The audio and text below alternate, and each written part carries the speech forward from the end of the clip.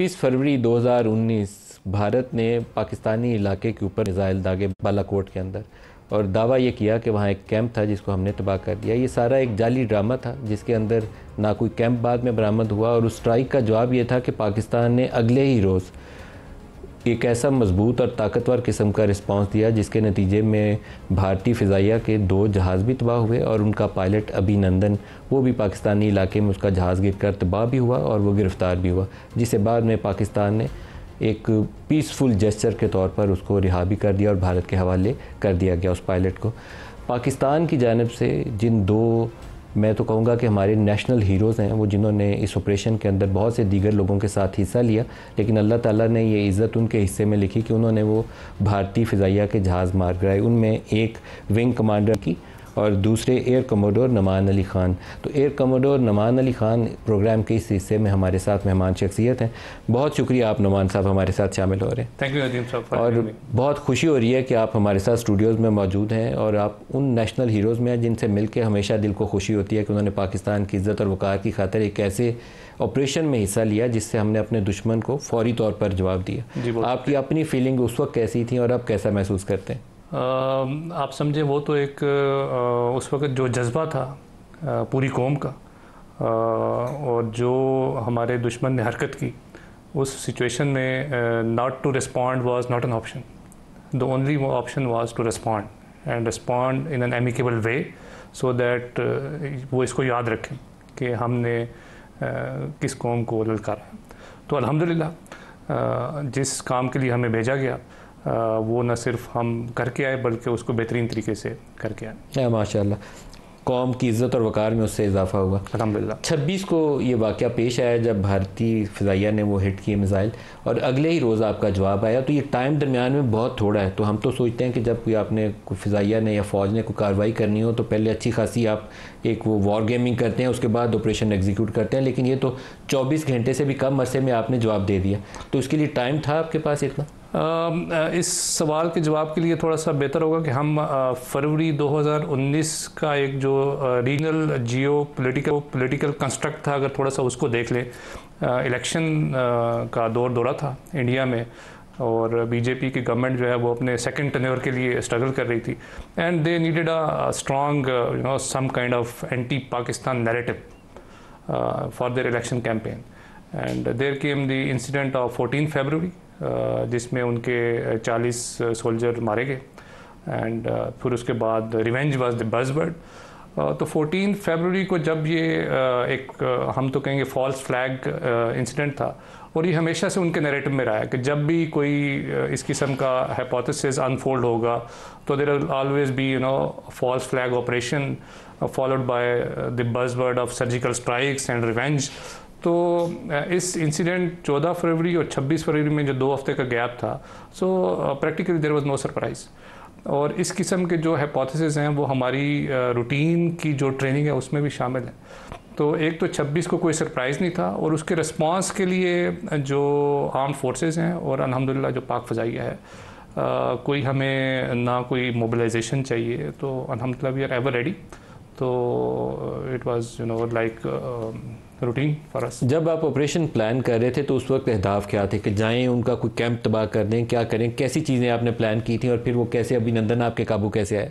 तो वो जो कुछ सवाल आते हैं ना कि 26 को उन्होंने किया तो हमने इतना देर से क्यों किया, तो जो सिर्फ टाइम था वो था कि क्या जवाब देना है और किस लेवल का जवाब देना है। अल्हम्दुलिल्लाह Pakistan is a responsible nuclear state, तो जो irrationality across the border prevail कर रही थी तो वो इधर नहीं थी। We are rational the responsible nuclear state. तो हमने बड़ा मय्यड और कैलिब्रेटेड रिस्पॉन्स दिया, और उसमें the aim was take the conflict to a certain level to de escalate, so that the enemy के पास जो ऑप्शन है वो कर्टेल हो जाए। तो अल्हम्दुलिल्लाह इस ऑब्जेक्टिव के साथ हमने वो काम किया, और अल्लाह ताला ने हमें कामयाबी दी। वो जहाज़ आपके कैसे काबू आए?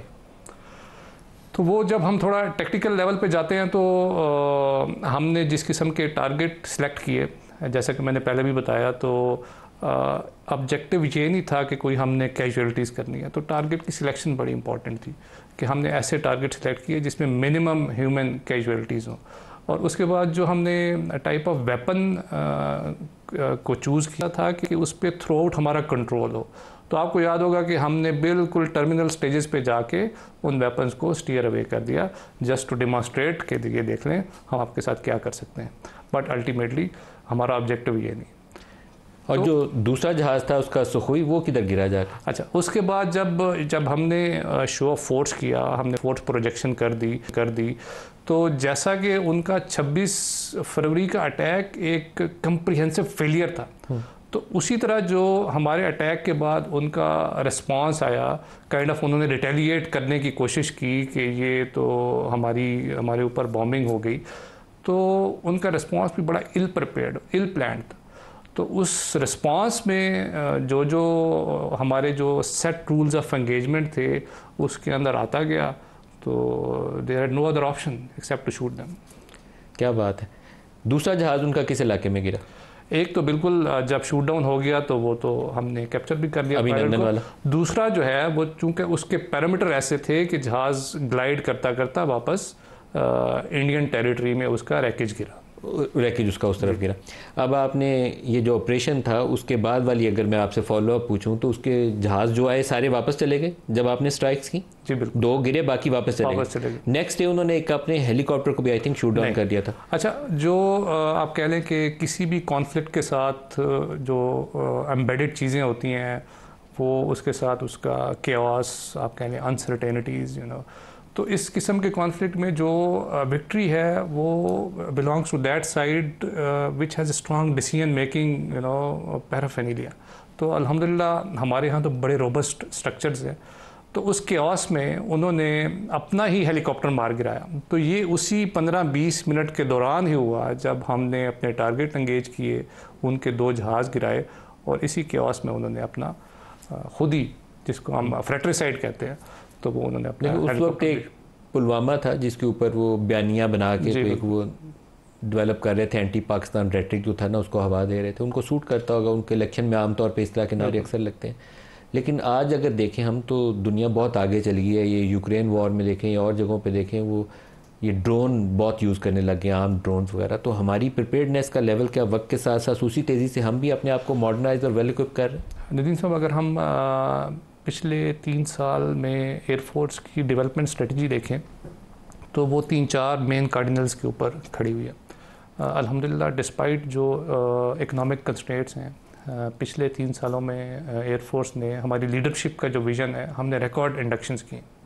उसमें इक्विपमेंट की साइड पे चले जाएं तो आपने J-10C का सुना होगा, जो कि इस वक्त ख़िते में, मतलब हमारे इर्द गिर्द जितने ममालिक हैं उसमें उस क्लास का कोई एयरक्राफ्ट नहीं है।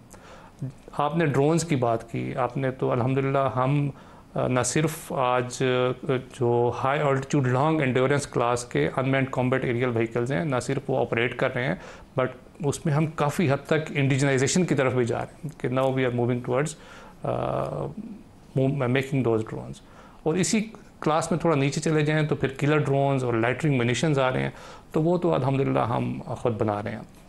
अब थोड़ा सा अगर इनको एक्सप्लेन कर दें, J-10C इसकी कैपेबिलिटीज़ क्या है, किससे हम दुनिया में कोई अमेरिकी या यूरोपियन जहाज़ है जिससे इसका कंपैरिजन कर सकते हैं? आप इसको किसी भी दुनिया के जो 4.5 जन प्लस क्लास के फाइटर हैं उसमें ये टॉप पे है।